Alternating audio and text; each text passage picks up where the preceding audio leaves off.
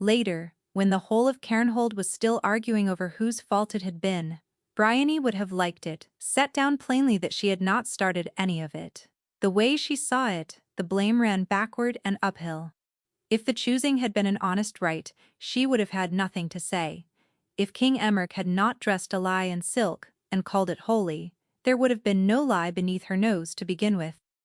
And if a certain grey old wolf had not come down to Myrie Fen 3 winters back and pulled her out of the reeds, because he had heard that a Fen girl could smell a falsehood the way other wolves smelled rain, she would have been home in the marsh with her mint and her mud and her own good quiet, and not one thread of it would ever have reached her. So if a person cared to follow the thread all the way down to its knot, the ruin that was coming had a king sitting at the bottom of it every strand. That was the part she preferred not to look at too closely. The ruin. The night the hold would still be whispering about a full year on, when the king led a strange woman past his own guards with his own hand resting at the small of her back, and took her through the door of the Luna's private chamber, and shut it. And when, before the black outside had thinned to grey, that Luna was gone from Cairnhold, as though the name had never once sat upon her. But that was later. All of it was later. It began the way most disasters begin, in a smaller and a far brighter room, with Bryony standing precisely where she had been told to stand, and fully intending to keep her mouth shut. The great hall had been dressed for a wedding that no one had yet agreed to. 200 wolves in their finest stood shoulder to shoulder down its length, and the air above them was a thick braid of scent that only Bryony seemed to find unbearable. Warm beeswax, cedar crushed underfoot, cold iron off the guards along the walls, and beneath all of it, running through the crowd like a cold current under river ice, the sharp green reek of a whole hall of people being frightened and working very hard to seem calm. They had put her at the foot of the dais in a plain grey shift, because a plain grey shift was what the palace handed to wolves, who were useful and no one important. Beside her stood Alder, who had put her there. "You remember what tonight is," Alder murmured, barely moving his lips. He was a lean old wolf with silver at his temples, and a slow, steady voice that had once talked her through her first hard winter in a strange hold. "You go up when the steward calls you, you breathe. You confirm the bond between His Majesty and the Lady of House Farn. You come back down. We go home to our beds. It is the easiest night's work you have ever been asked to do." "And if there is no bond to confirm," Bryony said. For just a moment his jaw went tight. "There is a bond," he said, "because the kingdom needs there to be one. Do you hear me? Tonight your nose agrees with the crown, and tomorrow we are both still breathing." At the top of the dais, beneath a crown he wore as though it were a hat he kept forgetting he had on, sat the king. She had never stood this near to Emmerich before. The portraits down the long gallery had given her the wide shoulders, and the dark hair, and the grave, straight mouth, and had, as portraits do, lied by leaving out the rest of him. They had left out the boredom, the way he endured his own sacred right, with one long finger pressed to his temple. They had left out how his pale eyes moved across the crowd, all the while, quick and counting, missing nothing, and how poorly that fit the lazy ease of the rest of him. A wolf who pretends to be half asleep, she thought, is usually the one worth watching closely. She did not intend to watch him. She intended to do her small dishonest task and go home. The steward called the match of House Varn. A tall, lovely woman in deep red came forward and knelt, and the hall murmured its approval, and the king rose, and the steward called the sentryder up to confirm the bond before gods, and tack. Bryony climbed the 3 worn steps.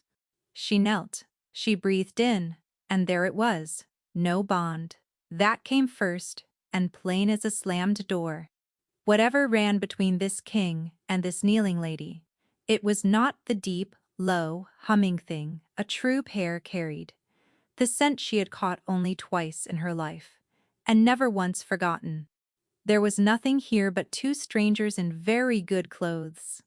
She could have lived with that, Half the marriages in the world were two strangers in good clothes, and it was not a scent reader's place to break them.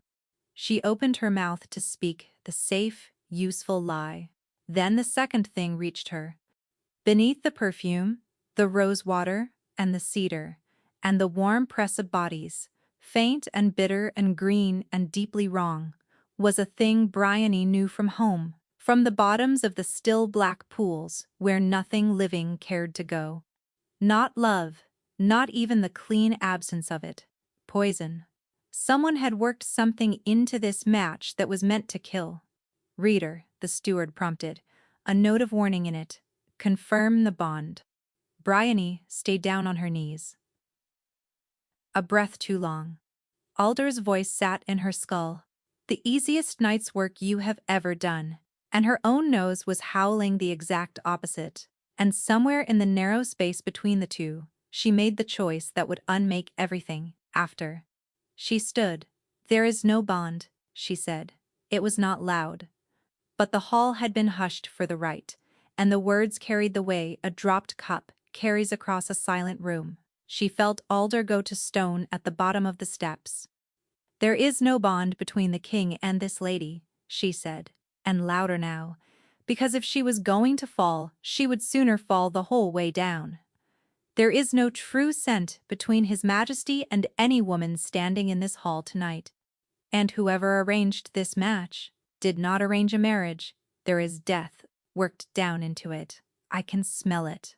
From here, the hall did not erupt. It did something far worse. It went so still that she could hear the candles working.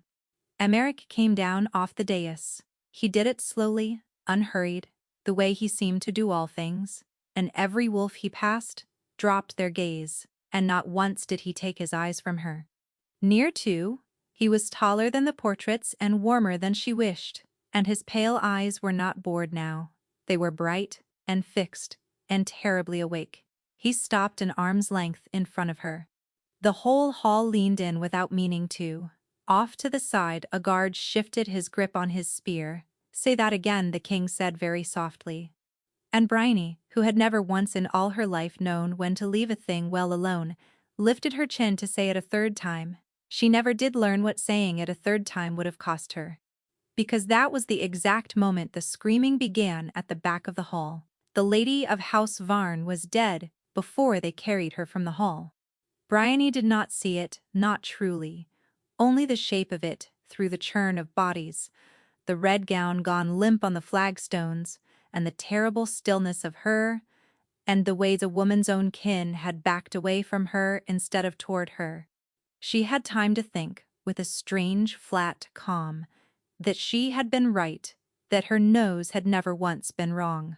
And then a guard's hand closed around her arm, and after that she saw nothing but stone. They put her in a holding cell beneath the old kennels, where the floor was cold and the one high window gave onto nothing but a slice of gray. She could not have said how long she sat there. Long enough for the calm to wear off her like cheap dye. Long enough to understand turning it over and over. That being right had not saved her, and might well be the thing that hanged her. A scent reader who cried poison at a sacred choosing. And then a noblewoman fell dead on the king's own floor within the minute. To half the hold, she was the wolf who had smelled the murder. To the other half, she was the wolf who had known exactly where to look, which was only a short and ugly step from the wolf who had done it. When the bolt finally drew back, it was only Alder. He came in fast and shut the door behind him, and stood with his back against it as though holding off the whole world, and in the gray light, his face had aged 10 years since the hall. "You mad girl," he breathed. "You, beautiful, mad, ruined girl." "She was poisoned," Bryony said. "I was right, Alder. You heard me. I was right. I know you were right." He crossed the little cell and took her face in his two dry old hands, and his were shaking, which frightened her more than the cell had. That is precisely the trouble. If you had been wrong, you would be a foolish fen girl who spoke out of turn, and they would flog you and send you home. But you were right. You stood in a room of 200 witnesses and proved that someone murders inside the king's own house, at the king's own right, and got past the king's own guard to do it. He let her go. Wolves have died in his hold for knowing far less than you now know. The words dropped into her belly, like cold stones. Then I say nothing more. I go home to the fen. I forget the whole night. You cannot unsmell it, Alder said wearily. And they cannot trust that you will. That is the knot of it. He turned and paced the 3 short steps the cell allowed. House Varn is screaming that you cursed their daughter. The council wants you gone quietly before the story spreads to every hold in the reach. And the king. He stopped. The king has said nothing at all to anyone since they took you down here. That is the part I cannot read, and I can read most men. Then what do? You let me build your defense, he said. You say nothing to anyone but me. You do not speak to the king if they bring you before him. Not one clever word. Do you understand? Your cleverness is what put you here. You look frightened, and small, and sorry. His voice gentled, and for a moment he was only the old wolf who had found her in the reeds and seen something in a nobody worth the saving. I did not pull you out of that marsh to watch them break you in a week. I will get you out of this. I swear it to you. She almost believed him. She wanted to. So badly it ached, because Alder had been the one steady thing in 3 uncertain years, and a person has to be allowed to believe in one thing. A scuffle came at the door, then a second, younger voice, hissing, "Move your great foot, that is my foot." The bolt worked, and 2 more shapes crowded into the doorway. Greer first, broad and unbothered, with a heel of bread already halfway to Bryony before she was through the door. Behind her came Bram, all elbows and worry, a boy who had not yet grown into his own hands. "We are not meant to be down here," Bram whispered, eyes huge. "Then lower your voice, and we will not be," Greer said. She pressed the bread into Bryony's hands and looked her over the way she looked over a cook fire, checking. It had not gone out. "You look terrible. Eat that. Is it true? You called the king bondless to his face." "Greer," Alder warned. "It is a fair question. The whole kennel is asking it." Greer folded her arms. "For what it is worth, half the guard thinks you are the bravest fool in Cairnhold, and the other half wants to buy you a drink. That is better odds than most murderers get." "I am not a—" Bryony began, and stopped because bootsteps had started up in the passage outside. Not the shuffle of a servant, not the clatter of a detail sent to fetch a prisoner for the block. One set of steps, slow and easy, coming down the stone toward them, and every wolf in that little cell went silent and still at the sound of it, because there was only one wolf in all of Cairnhold who walked through his own dungeons as though he had all the night in the world. The steps stopped outside the door. Alder went the color of the gray wall behind him. "That is not possible," he said under his breath. "Kings do not come down to the cells. They send for you. They never—" The bolt drew back from the outside, and the king of all the reach ducked his dark head under the low stone lintel, stepped alone into the cell, looked at the 4 of them frozen there like hairs in a lamp, and settled his bright pale gaze on Bryony as though the other 3 did not exist at all. "You," Emmerich said, and the corner of his grave mouth curved, "have a very inconvenient nose. Walk with me." He did not wait to see whether she would obey. Kings, she was learning, rarely did. Bryony went because a guard's hand at her shoulder gave her no better idea, and because Alder's face had said go, say nothing, and because some animal part of her simply rose and followed the way iron follows a lodestone, which she did not care for one bit. They climbed out of the cold and the dark, up and up, through the sleeping hold, and the king said not a single word the whole way, only walked with his hands clasped behind his back. They came out, not into a court, nor a block, nor a council, but onto a high empty walkway along the inner wall, where the wind came clean and cold off the moor, and the stars were hard and bright and did not care about any of it. "They mean to have you killed," Emmerich said, looking out at the dark. "You know that, I think. Quietly, an accident on the road home to your fen, a fever in your cell." The council has already used the word regrettable, the word my council reaches for when it wants a thing done with clean hands. Then why am I on a wall and not in the ground? Bryony said. He glanced at her, and there was something behind the ease of him, something working fast, because you are the only creature in my kingdom who smelled the poison before the poisoner wished it smelled. And because a dead scent reader tells me nothing, and a living one might tell me who in my own house is killing, at my own table. He turned to face her fully. I have a great many enemies, reader. Most of them I can see across a council table. This one I cannot. You can. That makes you the most valuable wolf in this hold, and value is the only thing that has ever kept anyone alive in it. So, you will keep me as a hound. To be pointed and made to smell. I would put it more prettily than that, he said, but not by much. No. He had the grace to look faintly ashamed or the skill to seem it, and she could not yet tell which, and that, not knowing, would come to define the whole ruinous business between them. The trouble is that a hound can be poisoned as easily as a bride. I cannot protect a grey nobody from the fen. The council will have her dead inside a week, and I will never learn a thing. There is only one wolf in Cairnhold, that not even my council may touch. The cold on the wall was suddenly a different cold. No, Bryony said. You have not heard the offer. I have smelled where it is going. There is no bond between us. I would know. It is the one thing in this world I cannot be lied to about. And there is nothing between you and me but wall and wind. You would stand up before your whole pack and swear a true mate bond you do not carry. Yes, said the king, without a flicker. That is a lie in the mouth of the one wolf whose word is meant to be law. It is. He stepped in slow, until she had to tip her chin to hold his eyes, and his voice dropped low and even, and only for her. And it is the single lie that keeps your clever heart beating past the week's end. As my name's Luna, you cannot be touched, tried, or quietly regretted by any wolf under this crown. Not House Varn, not my council, no one. You walk in under my hand tonight and the whole board resets, and every enemy I have must begin again, from nothing, in the open, where you and I can watch them do it.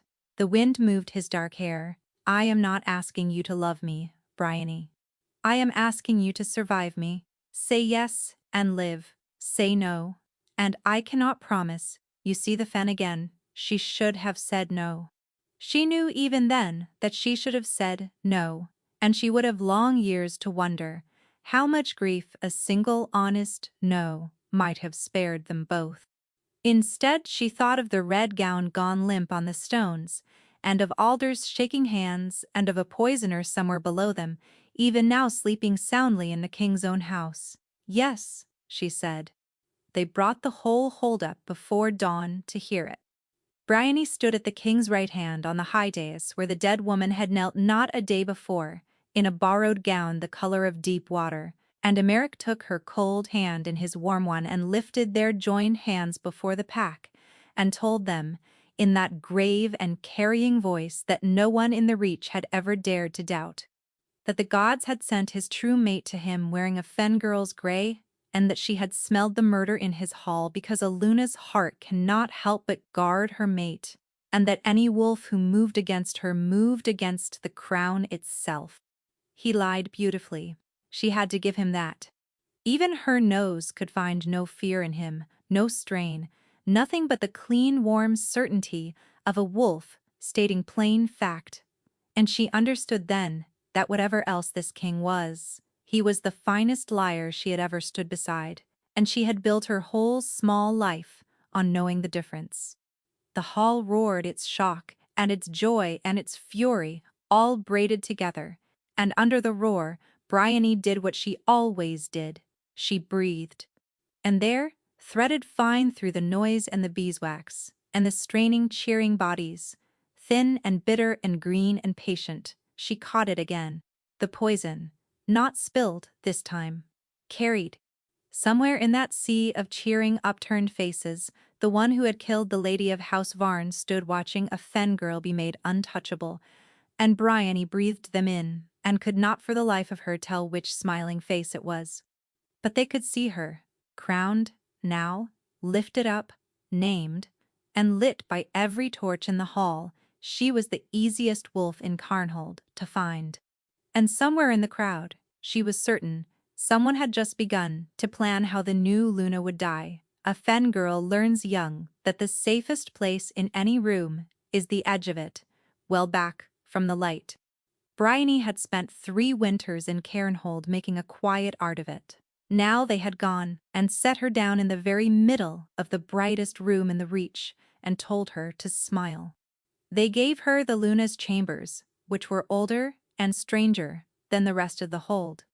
The walls were hung with pelts gone soft with age, and set into the stone at the 4 corners were the word stones, worn smooth by 100 years of Luna's hands, carved over with the old marks that meant safe, meant guarded, meant no harm crosses here.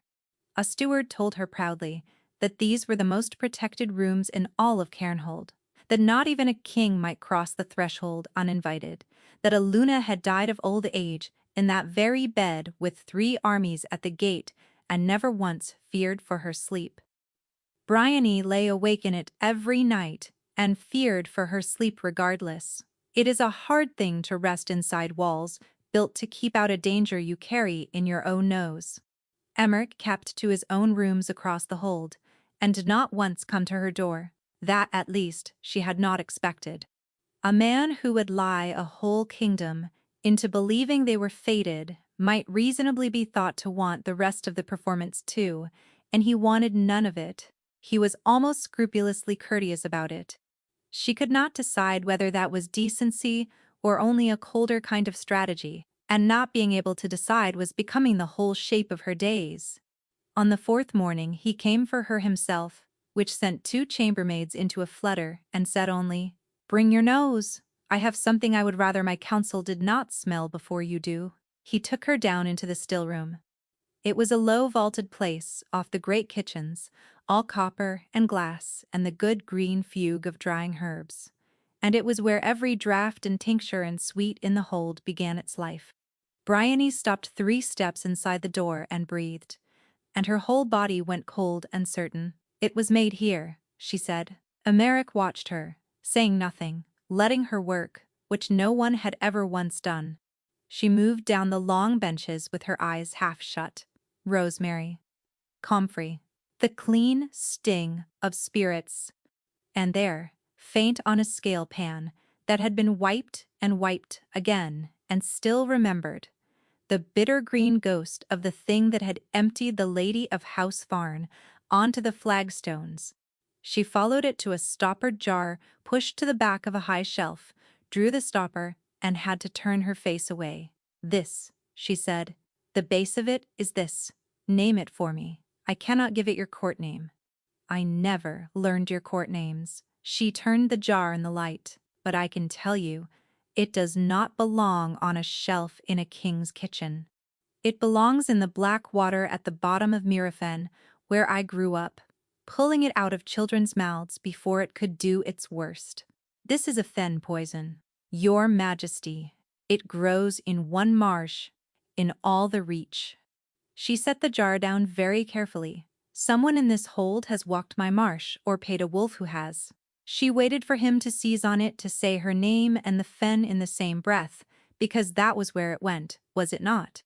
The fen girl cries poison, and the poison turns out to be hers. Any council in the world would hang her by nightfall. Instead, the king leaned back against the bench with his arms folded and looked at her with an expression she could not read at all, which was rare for her and deeply irritating. "Do you know," he said, "how many wolves in this hold could have told me that not one? I have a master of poisons and a full council of clever old men, and every one of them would have told me a 4-in-hand did this, because a 4-in-hand is a comfortable thing to believe. You have been my Luna 4 days, and you have already told me the one thing none of them dared, that the hand is a near one." He pushed a small iron token across the bench toward her, the Luna's seal. "Take it. It opens any door in Cairnhold, and no steward, no captain, no lord may bar you from a room while you wear it. Go where the smell goes. Question whom you please. I would sooner trust your nose than my whole counsel, and I find I am not even sorry about it. Bryony looked at the little iron seal and did not pick it up, because picking it up felt like agreeing to something larger than iron. No one had ever handed her a key before. She had spent her life being the key. The thing other wolves picked up and pointed and set back down when it had done its small dishonest work. Alder had done it gently, and the palace had done it coldly, but they had both done it. This one was handing her the door itself. She picked up the seal. She told herself it was only sense, only survival. She did not let herself look too long at how warm his eyes had gone, or how badly she wanted to keep being looked at like that, like a wolf worth trusting a kingdom to. That way, she already knew, lay the deepest kind of trouble. "Where does it lead?" Emmerich asked, quietly. "The smell." Bryony lifted the jar again, and breathed, and followed the thread of it back and back, through the still room air, past the benches, to the narrow door at the rear that led up into the old part of the hold. The scent went there. It went up, toward the council rooms and the guards' quarters and the wing where the king's most trusted men had slept since long before his reign. Her stomach turned over. "It leads," she said slowly, "somewhere you are not going to want me to have followed it." She did not wait for his leave. That was the trouble with being handed a door. A person is inclined to walk through it. Bryony went back down to the still room alone that night, past the guttering torches and the sleeping kitchens, with the Luna's seal cold in her fist and the fen poison alive in her memory.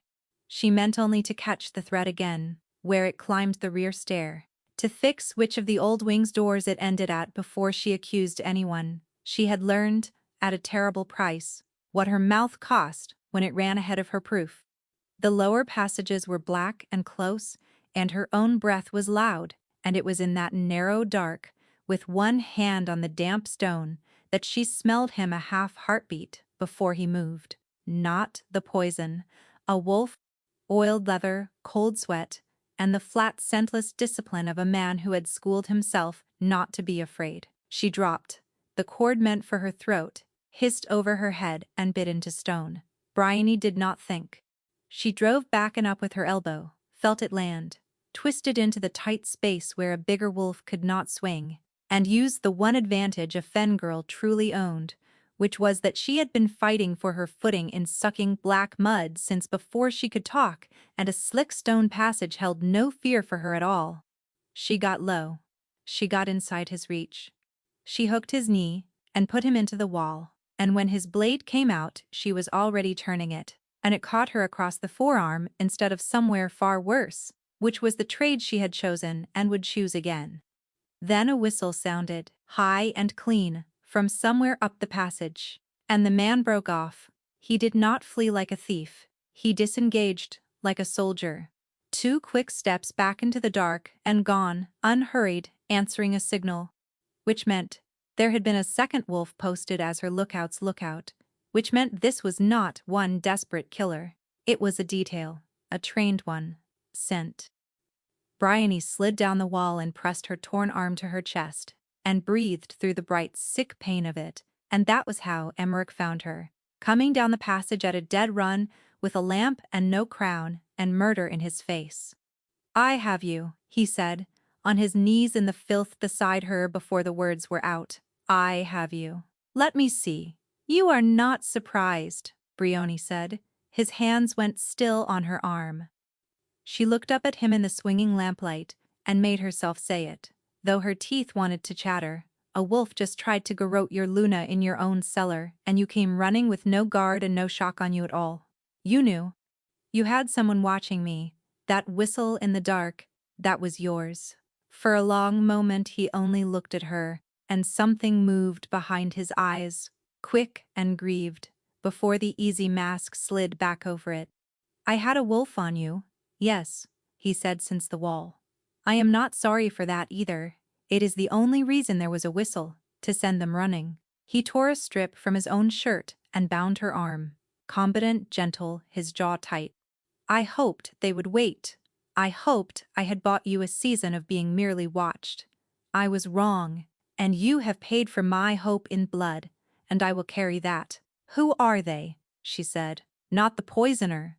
This was soldiers. Tell me who wants me dead this badly, this fast. His hands paused again on the knot. There are things I cannot give you yet, he said, very low, and for once she could not smell a lie on him. Only something that hurt worse, a wall of pure refusal. Not because I doubt your nose, because of what they will do to you the moment they learn how much it has told you.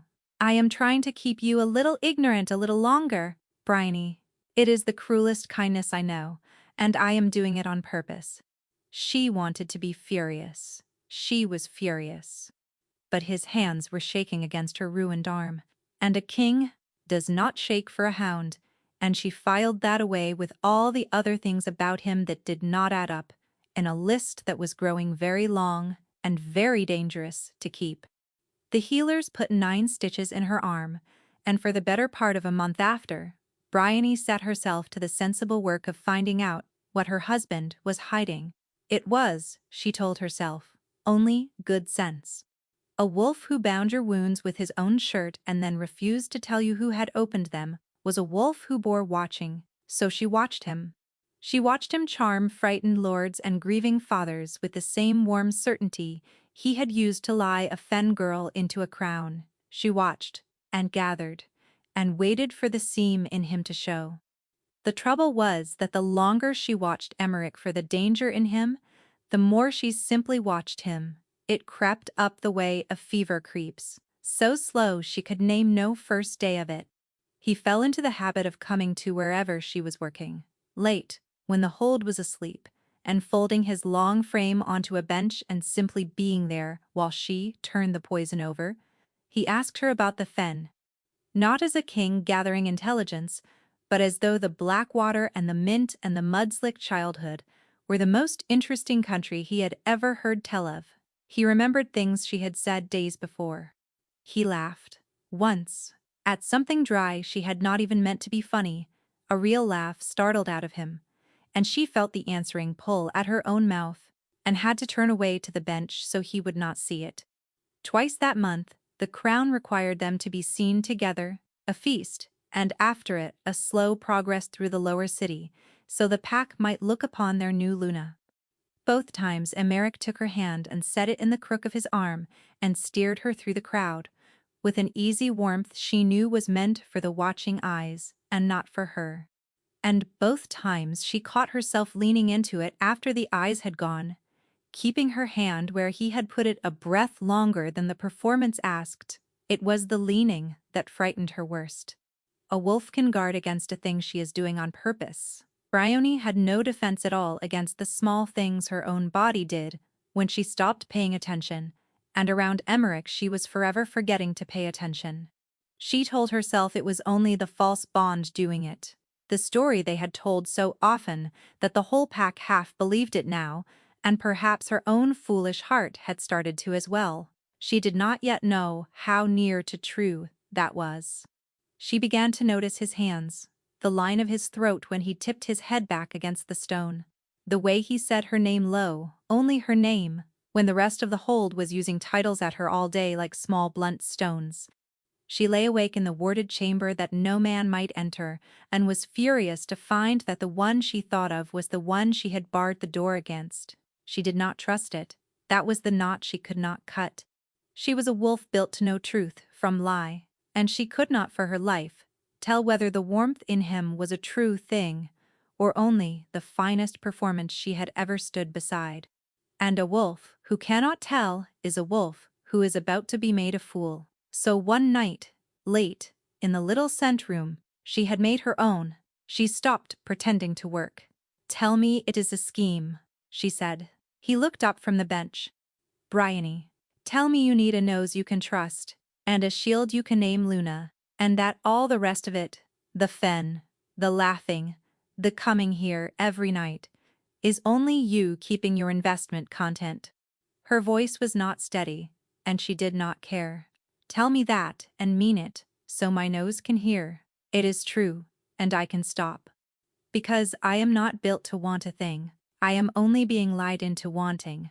And you are the one wolf in the world I cannot check, and it is unmaking me. He stood.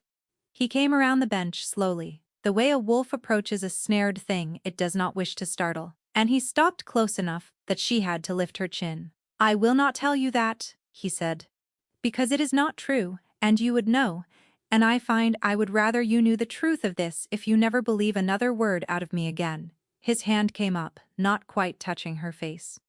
Tell me to stop and I will go back across the hold and never darken your door. Say the word, and it is only ever a scheme, and I will let you believe it, if believing it keeps you whole, or, he let the word sit, or stop asking me to lie to you, and let me show you the one thing I have not once lied about. The room was very quiet, her pulse was very loud. She was a scent reader, and she breathed him in, the whole warm truth of him standing there undefended, and there was no scheme in it, there was only want, plain and helpless and aimed, impossibly, at her. Show me, she said. He kissed her, and every careful, guarded thing in Bryony's head went white and silent, all at once. It was nothing like the performance in the hall, that borrowed warmth put on for watching eyes.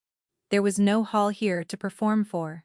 No council, no crown, only the two of them in the lamplight and the astonishing, undefended fact of him. She had been wanted before, for her nose, for her use, for the door she could open. She had never once been wanted simply for herself, and it undid something in her she had spent a lifetime holding shut. And then, with her hand resting over the steady hammer of his heart, she caught something that stopped her breath. A thread, fine as spider silk, and warm and utterly foreign, running from the place where they touched straight into the center of her carrying. Feeling that was not her own. His feeling. Relief and fear and a tenderness so large it frightened her, pouring through a channel that had not existed a moment before and had no business existing now. There was no bond between them. She had sworn it before the whole pack. She had staked her one gift on it, and something was blooming in the dark, between them anyway, quiet and green and impossible, like a thing planted long ago, finally deciding to grow. Bryony went rigid. Emeric felt it and drew back at once, his eyes dark and searching in the low light. What? He breathed. What is it? She looked up at the man she had called bondless to his face, in front of 200 witnesses, and she felt the new thread hum between them like a plucked string, and she was more afraid than the garrote the dark had ever made her. Nothing, she lied, to the one wolf she had always believed could not lie to her, and had never once thought to fear the other way around. It is nothing. Come here. There is a particular cowardice in a truth-teller who keeps a secret, and that autumn Bryony became its finest example. The bond did not fade. She had half hoped it would, the way a bruise fades, that the thing she had felt bloom in the dark of the scent room was only a trick of a tired heart, and would wither if she starved it of light. It did the opposite. Every night Emeric came to her, and every night the fine, warm thread between them thickened and set a little more, until she could feel the shape of his moods across a crowded hall, his boredom, his amusement, the flat, cold focus that came over him when a lord said something dangerous. She felt all of it, and she said nothing, because to name the bond aloud was to admit she had lied to the whole pack, and worse, to admit that she wanted it, and Bryony did not yet know how to want a thing without bracing for it to be taken. So, she lied by silence, which she had always privately considered the honest wolf's excuse, and now knew for the coward's trick it was. Then the high alpha of the Ridgelands came to Cairnhold, and there was no more room for small cowardices.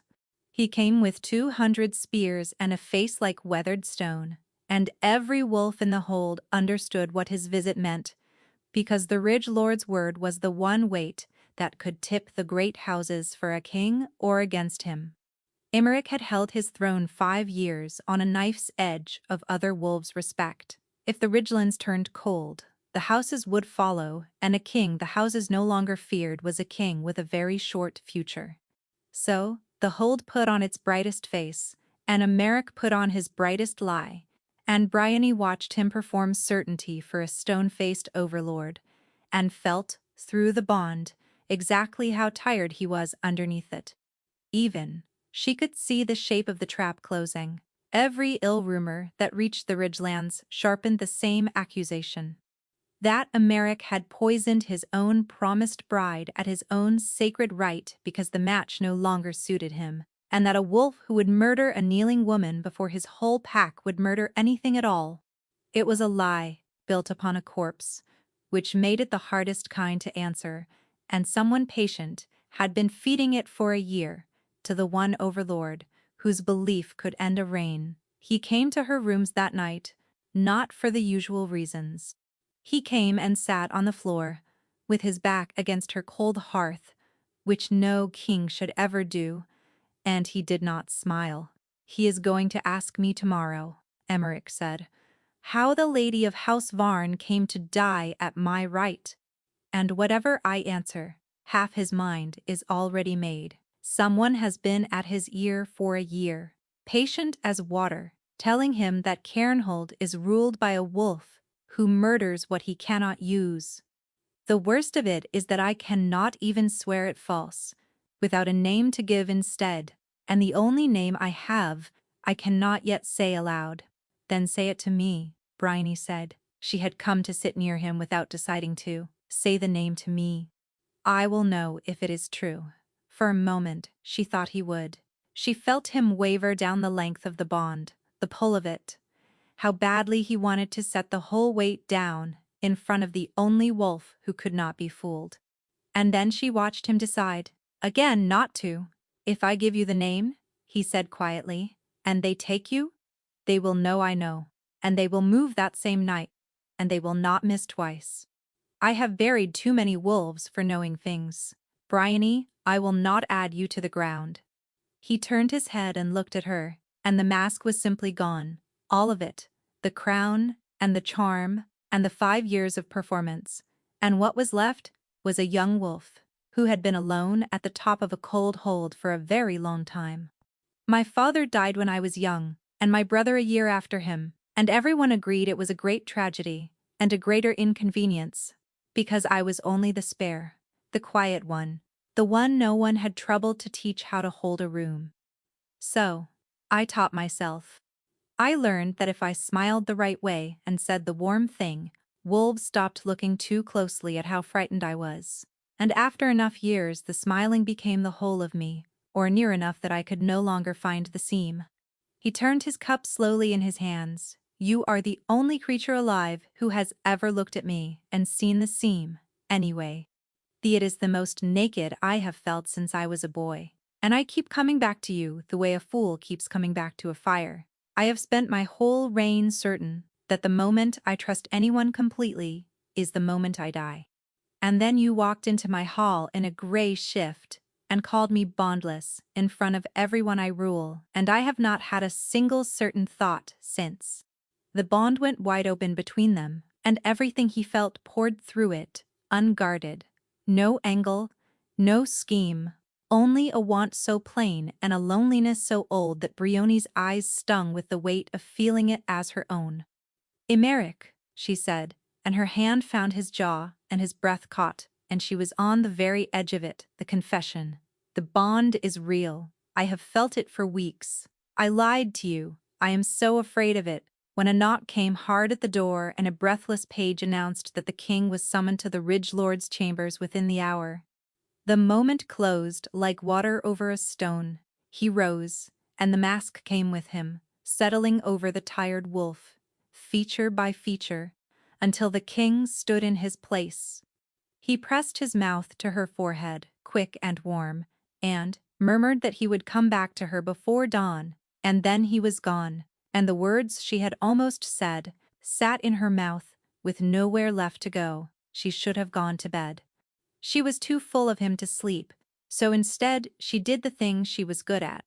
She went walking in the dark of the hold, following nothing, breathing, and it was chance, only chance, that brought her along the high gallery above the inner court, just as the torches below went to a single low burn. And there she saw the king. He was not in the Ridge Lord's chambers. He was crossing the court below her, quick and quiet, no guard, his hood up against the cold, and his hand rested at the small of the back of a woman Briony had never seen before in her life. She was cloaked and hooded too, but the torchlight caught the lower half of her face. And she was beautiful, and she was young, and she was leaning into him the way a wolf leans into someone it trusts with its life. Bryony stood frozen in the dark of the gallery and watched her husband walk this strange, lovely woman across his own court, past his own sleeping guards, toward the one wing of the hold no stranger was ever permitted.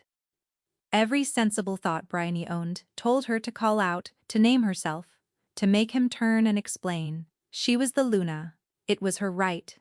But she had lived her whole life at the edges of rooms, watching, and the watcher in her held her tongue, and held her still, because some cold old part of her had already understood that a wolf does not walk a hooded stranger through his own guard by night, toward a warded door, unless he means for no soul to see it. And that the not being seen was the whole point of it, and so she did the thing she was worst at in all the world. She stayed quiet, and she watched, and she let it happen, toward the warded stair, toward the door that no wolf in Cairnhold might cross uninvited, toward the door of the Luna's own chamber, hers. She told herself a dozen sensible things, standing there in the dark. She told herself there would be a reason, that she of all wolves knew a bad-looking thing could have an innocent shape, that she should go down and simply ask. She was a scent reader, she dealt in truth, she did not leap. She leapt, anyway, straight to the oldest floor in herself, the one Alder's kindness had never quite paved over, where a fen girl always known she was, a useful thing and never a wanted one, waited in the dark, to be proven right. Because here it was, the proof. By the time she made the warded stair on legs that did not feel like hers, the door of her own chamber was already shut.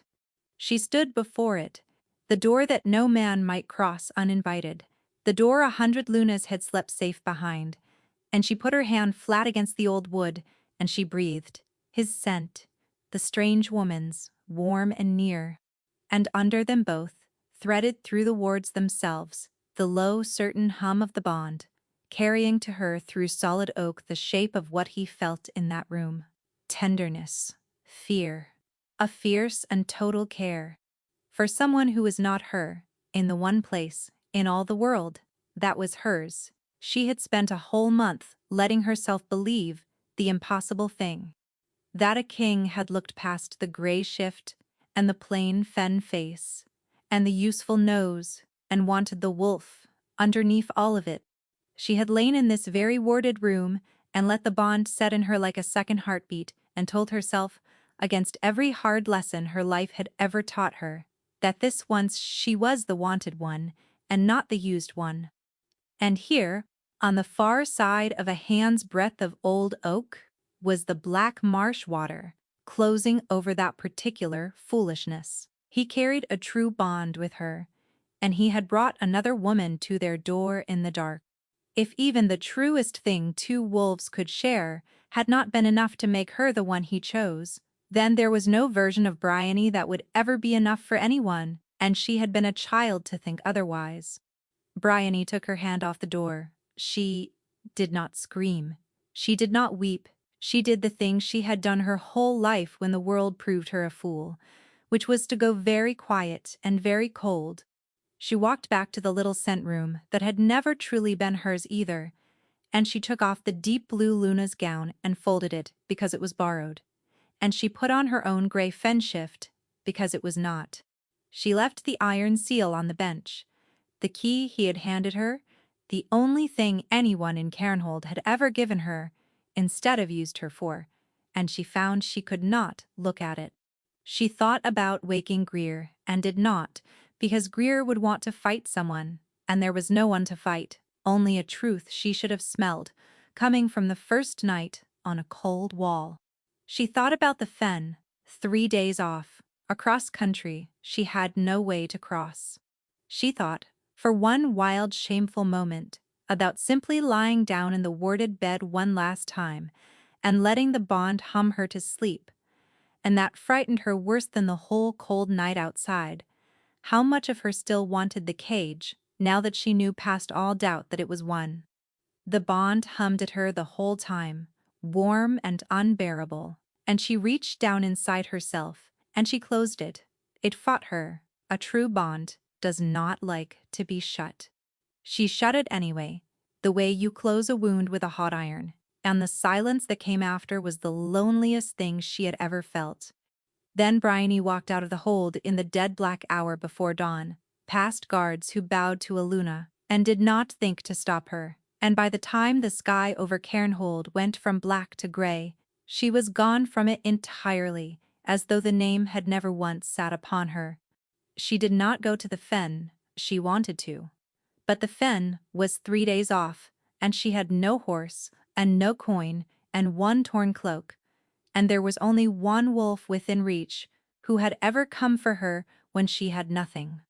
Alder kept a narrow house in the lower city, and he opened his door on the second knock, as though he had been sitting up waiting, which some cold, observing part of her noted and set aside for later.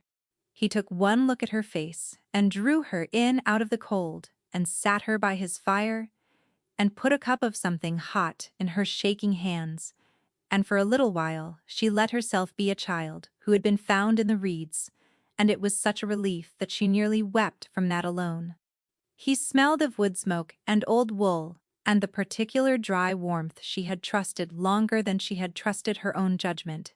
And grief makes a poor nose of anyone, even her, and so she noticed nothing at all at first, and only let herself be held. "Tell me," Alder said gently.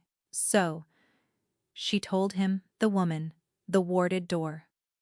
Her own chamber. And Alder listened, and made the right low sounds of sorrow, and stroked her hair, and told her that he had feared exactly this, that he had never trusted the king's sudden devotion, that a wolf who would lie a whole kingdom into a false bond would think nothing of breaking a fen girl's heart under her own roof. And Bryony, wrung out and grateful and half asleep against the shoulder of the only wolf she trusted, breathed him in the way she always did, out of pure habit, the way other wolves blinked and caught it, faint, old, wiped, and never quite gone, the way it had clung to the scale pan in the still room and the crowd at her crowning, the bitter green ghost of a poison that grew in one marsh in all the reach, her marsh.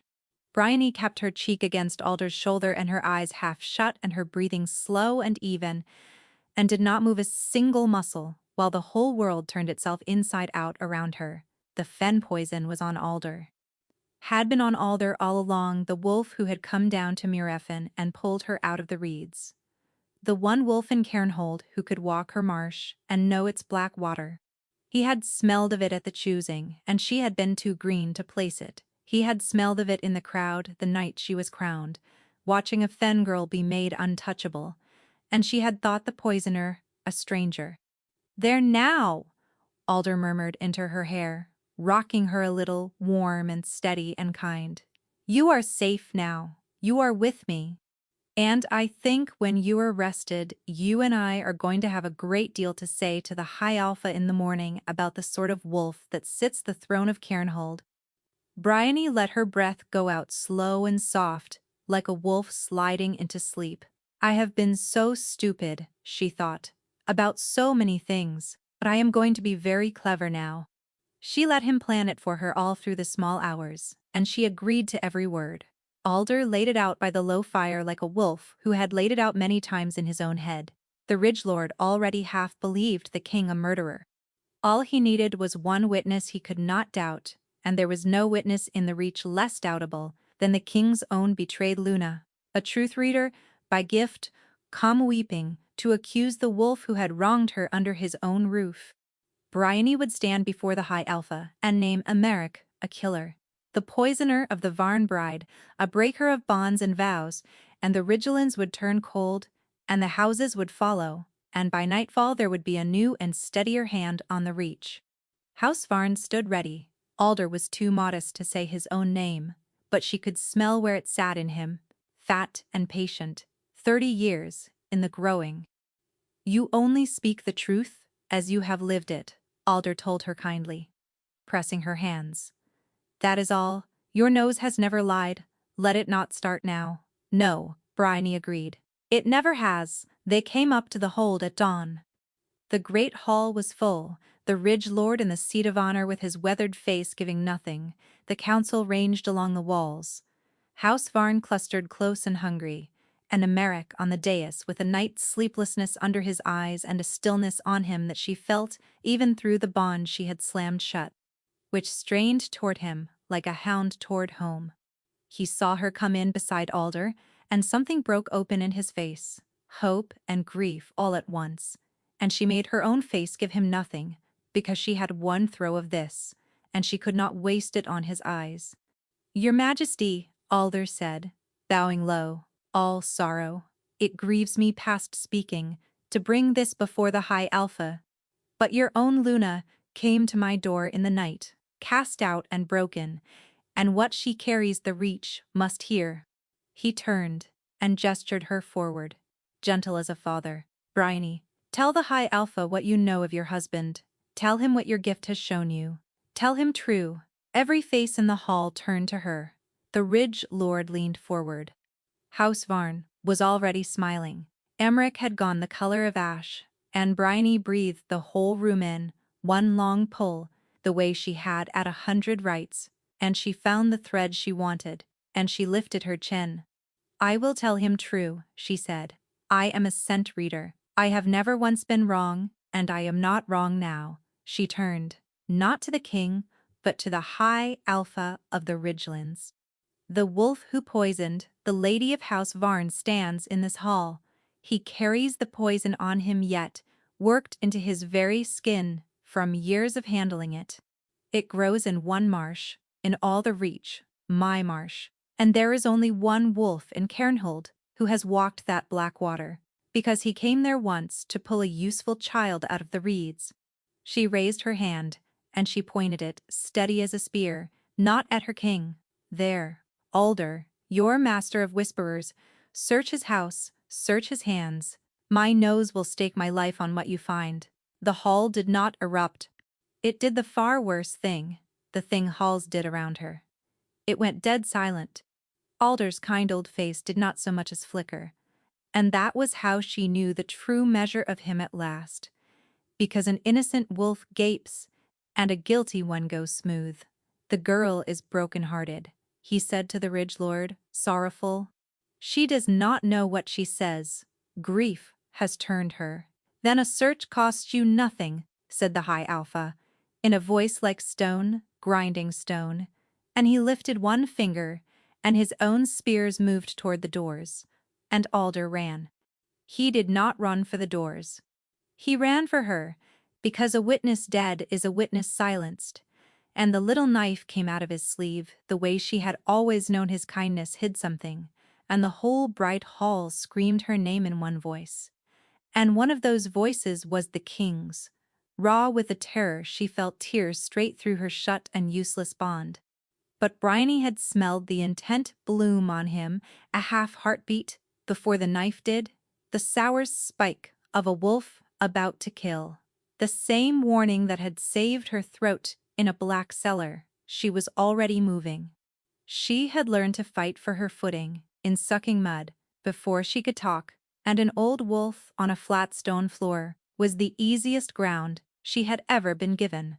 She turned into him, caught the knife wrist, used his own weight and a lifetime of certainty against him, and put the master of whisperers of Cairnhold face down on the flagstones, with her knee in his spine and his own blade skittering away across the floor. She leaned down to his ear so that only he would hear it. "You found me in the mud, Alder," she said. "You should have remembered what lives in the mud." Then the Ridge Lord's spears had him and hauled him up, and the proof came out of his house within the hour. The ledgers and the letters and a stoppered jar of black fen water, and the whole long patient treason of it fell open in the light. And when the Ridge Lord demanded the king's own witness, Emeric brought her forward from the worded wing where he had hidden her, a young hooded woman with eyes exactly the color of his own, who had been dead these 7 years by Alder's word, and was not dead at all. "My sister," Emeric said to the hall, to the Reach, to Bryony, Selah, whom Alder swore he had buried, because she saw what he was before any of us, and ran, and has spent 7 years in hiding, waiting for a night safe enough to come home and testify. I could keep her nowhere his reach could touch. There was only one room in all of Cairnhold, warded against every wolf under my crown. Bryony stood in the middle of the roaring hall and understood, all at once, and far too late, exactly whose warm and trusting weight had leaned into her husband in the dark, and exactly which door he had crossed, and why, and what it had truly cost him to say not one word of it to the only wolf in the Reach who could have smelled that he was telling the truth. And Emeric crossed the hall to her through all the noise, and his face was open and undefended and full of a hope that hurt to look at, and he said, "Bryony," and reached for her hand. She stepped back, out of his reach. The hall went quiet in a new way, then a careful, embarrassed way, a whole hall of wolves suddenly finding somewhere else to look. "You saved my life," Emeric said. "Theta." He said it low only for her, but the shut bond carried the rest of it anyway. The disbelief, the aching relief, the love he had stopped bothering to hide, even after what you believed. Even thinking what you thought of me, you stood in that door and you saved me. Bryony, the woman was my sister. I swear it on the crown. There was never. I know what she was. Bryony's voice came out flat and even, and it cost her everything she had. I worked it out somewhere around the moment your poisoner tried to open my throat.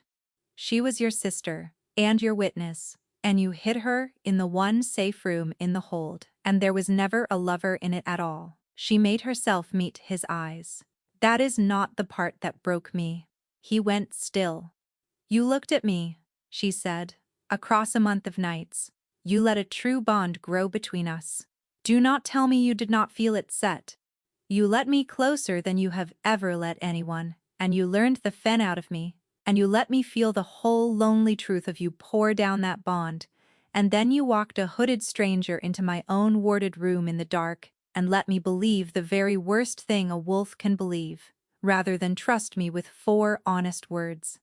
I am a truth reader, Emeric. I would have known in a single breath that she was no lover of yours. One breath, you never gave it to me. You decided, the way you decide everything, that I was safer kept in the dark, and you were willing to break my heart to keep me there, to keep you alive," he said hoarse. "I know." And that was the worst of it, that she did know, that it was even true. "You will always have a reason. That is what frightens me. You are the finest wolf I have ever known, and you will lie to me every time you decide the lie will keep me safe, and you will always be able to make it a good reason. And I will spend the rest of my life being managed by someone who loves me too much to let me choose my own dangers." She shook her head. "I was a tool my whole life, held and pointed and set down. I thought you handed me the door. But you only ever handed me the doors. You had already decided I was allowed through." Bryony, her name broke in the middle. "Tell me how to mend it. I will do anything." "I do not think you can," she said, and she felt the shut bond shudder with the pain of saying it, his and hers both. "I saved you because it was right, and because a good wolf should not die for one old wolf's ambition. Not because I forgive you. I do not know if I have it in me to forgive being loved like that. Like a thing to be protected, instead of a wolf to be trusted." She turned and walked out of the hall of Cairnhold for the 2nd time in a day, and this time no one bowed, and the bond stayed shut, and behind her she felt him not follow, which somehow was the thing that finally made her weep. She meant to go home to the fen. Everyone agreed she had earned it. Instead she stayed, which surprised no one more than herself, because the cleaning out of Alder's long treason was a job of noses and patience and hard truths, and there was not another wolf in the Reach who could do it. And Bryony had discovered in herself a deep unwillingness to leave a thing half done.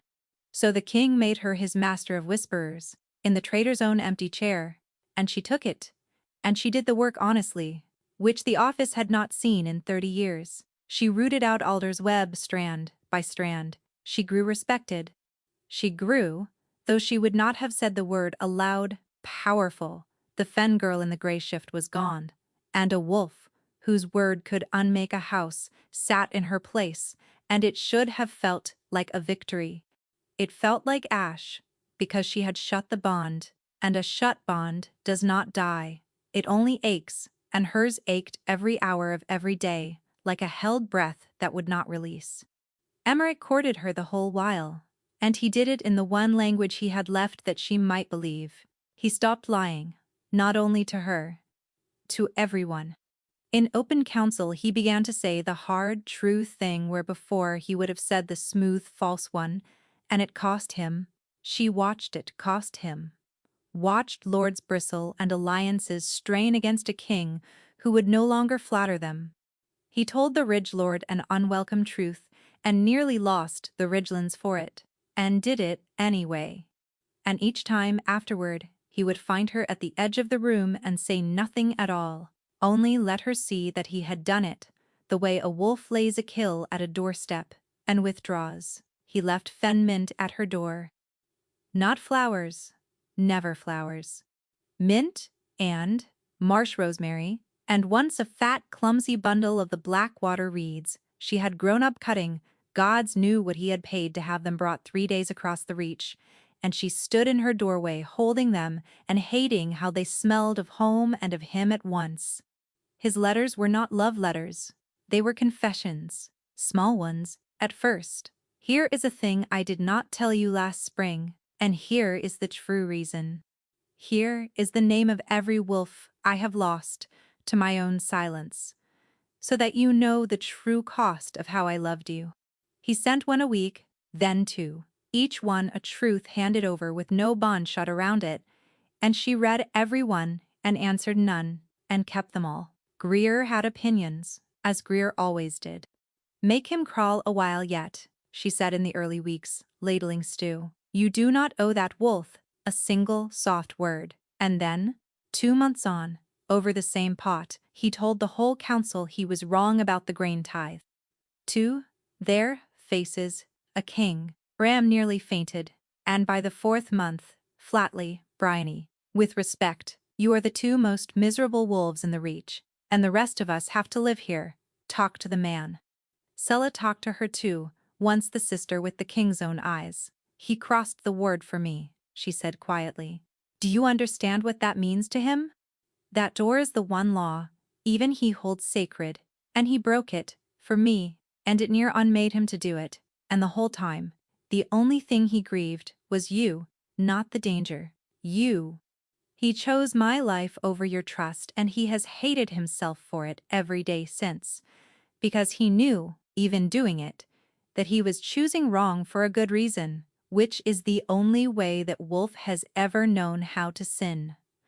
Bryony said nothing, but she kept the bond shut a little less tightly after that, and some nights, alone, she let it open a crack, just to feel him there, and hated herself, and did it again the next night. In the 6th month, a letter came that was different. Bryony, I have finally understood the thing you were trying to tell me in the hall. That love, which will not let you choose your own dangers, is only a prettier kind of cage, and I have kept you in one since the night I put an iron seal in your hand and called it a key, so I am opening it. At the turning of the season, I will stand before the pack and dissolve the false bond I forced upon you, and you will be free, wholly and truly free, of Cairnhold, and of the crown, and of me. I will send you home to your fen, with honor and with the truth, every name and reason I ever kept from you, written plain, so that you leave knowing everything and owing nothing. I should have trusted you with the choosing, long ago. I am trusting you with it now, even though the choice I dread is the one I am handing you. I will not ask you to stay. I love you too well to keep asking. Go home, Brioni. Be free. It is the only true thing I have left to give you. She read it 3 times. This was what she had wanted. Freedom. Truth. The fen. The cage door, standing open at last. So she could not for the life of her say why it landed in her chest like a death, or why, sitting alone in the traitor's fine chair with the letter in her hands, she found she was already, without once deciding to, beginning to pack. She was at the east gate, in the gray before dawn, a horse saddled and a fen girl's small bundle behind her, doing precisely what a year ago the whole hold had watched a heartbroken Luna do, leaving Cairnhold before the sun, gone by dawn.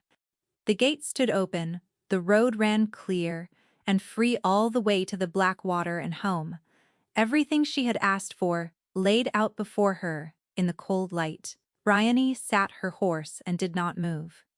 Because a wolf built her whole life on truth, ought, she thought, to be able to tell herself one, and she could not.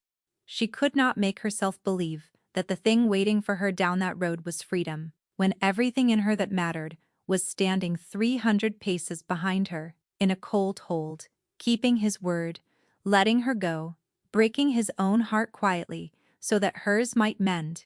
She reached down inside herself to the bond she had held shut for 6 months, the wound she had cauterized and would not let heal, and this time she did not close it, she opened it, all the way.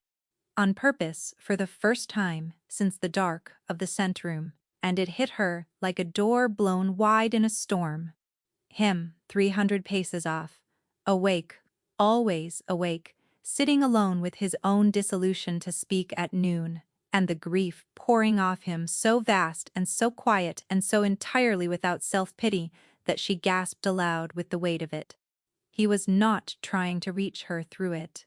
He had shut nothing, hidden nothing, was simply sitting in the full flood of losing her and letting himself feel every drop because he had promised her no more lies, and he had decided that included the ones a wolf tells himself. She had spent 6 months telling herself that the ache beneath her ribs was only a shut bond, protesting a wound that would scar over if she was patient enough with it. It was not. It was the truest thing she had ever carried, and she had been doing to it the very thing she could not forgive him for doing to her, managing it, deciding, for its own good, what it was allowed to know. Starving it in the dark, because its truth frightened her, she had stood in that hall and called him a coward, and every word of it, she saw now, had been aimed at a mirror. Bryony turned the horse around. She did not ride to the throne room, or the council, or his chambers. She rode to the warded stair, and climbed it, and went into the Luna's chamber that she had fled a year before, the one room in all the reach that no wolf might cross uninvited, and she sent a page running with 4 words and no title. Come to my door. He came the way he did everything, now without pretense. She heard him on the stair and felt him stop on the threshold, the sacred threshold, the one law he held holy and had broken only once, for his sister's life, at the cost of everything. He stopped there, and he did not cross it, because she had not asked him to, and even now, even wrecked, he would not take the crossing without her leave. Bryony stood inside the warded room and looked at the wolf standing at her open door, and she found that the truth reader had one last truth of her own to give, the one she had been hiding longer than he had hidden any of his. I lied to you, she said. In the scent room, the first night, you felt something happen, and you asked me what it was, and I said nothing. Her voice shook, and she let it. It was the bond, Emmerich, ours. It began that night, real and true, everything I swore before the whole pack could never be. I have felt it grow every day since. I felt it, the night you walked your sister past me, and I chose to believe the worst, instead of trusting the one thing my own nose was screaming, because it was easier to be a wolf who was betrayed than a wolf who was loved. You are not the only coward this bond was built on. I have been lying to you since the night it started, about the only thing that ever mattered, and I am done." His face, across the threshold, the hope in it, terrible and undefended. "There is a true bond between us," Bryony said, to the man she had called bondless before 200 witnesses a year ago, and a lifetime ago. "I would know. It is the one thing in this world I cannot be lied to about." She held out her hand across the sacred line. No man might cross uninvited. "Come into my room, I am asking. Come in, and this time, do not let me be gone by dawn." Emmerich crossed the threshold and took her hand, and the bond between them fell wide open on both sides at once. For the first time, his truth and her truth, meeting in the middle with nothing shut between them, and it was so bright and so total that they both flinched, and then neither of them let go. For a long moment neither of them could speak, because there was nothing left in either of them to stand behind. And a wolf who has spent a whole life behind something does not know at first what to do with open ground. She felt the exact moment he stopped bracing for the thing to be torn away. The way she stopped bracing, too. The two of them in the warded room with the bond wide, and singing, and not one lie left in it to catch a foot upon. "I am not going to ask you to marry me," she said into his chest, muffled and fierce. "I already did that in a fashion, in front of everyone, a year ago, and it took you a scandalous amount of time to notice. So, you may do the asking, and you may do it badly, and often, and sober, and I may make you wait because I have earned the pleasure of it." "Every day," he said, against her hair, wrecked and laughing, and weeping, all at once. "Every single day and true every time until you are sick of the truth of me." "I will never be sick of the truth of you," she said. "It is the only thing I ever wanted from you. It just took us both an ugly year to learn how to hand it over." They dissolved, no bond, at noon. Instead, at the turning of the next season, the king of all the Reach stood up before his whole pack in the great hall, where a Varn bride had once fallen dead and a Fen girl had once called him bondless. And he took a scent reader's hand, and the pack held its breath while she breathed him in one last time before them all and told them, in a clear voice, no wolf in the Reach would ever again dare to doubt that there was a true bond here, deep and humming and unmistakable, and that she had staked her whole gift on it once, and been wrong, and would stake it again now, and be right. Sella stood at the king's shoulder, 7 years dead, and gloriously alive. Alder sat in the deep cells beneath the old fort, where the rot he had worked into the hold for a generation was being cut out clean, strand by strand, by the master of whispers he had once pulled out of the reeds and thought he owned. Greer wept and denied she was weeping. Bram actually did faint, but only a little, and later claimed the heat. They did not stay only in the hold. Twice a year the king rode 3 days out to a marsh that smelled of mint and black water and home, and let a Fen village feed him badly, and beat him at dice, and treat him like no wolf worth flogging a painter over. And he came back easier in his own skin than any crown had made him. Bryony would watch him crouch in the mud, with the children too young yet to talk, teaching them gravely which reeds to leave well alone. And something in her chest that had been clenched tight since she was 13, finally let go for good. And Bryony, who had come to Cairnhold in a grey shift, meaning to keep her mouth shut and go home, stood crowned and true and chosen in the brightest room in the Reach, and did not once wish herself back in the dark at the edge of it.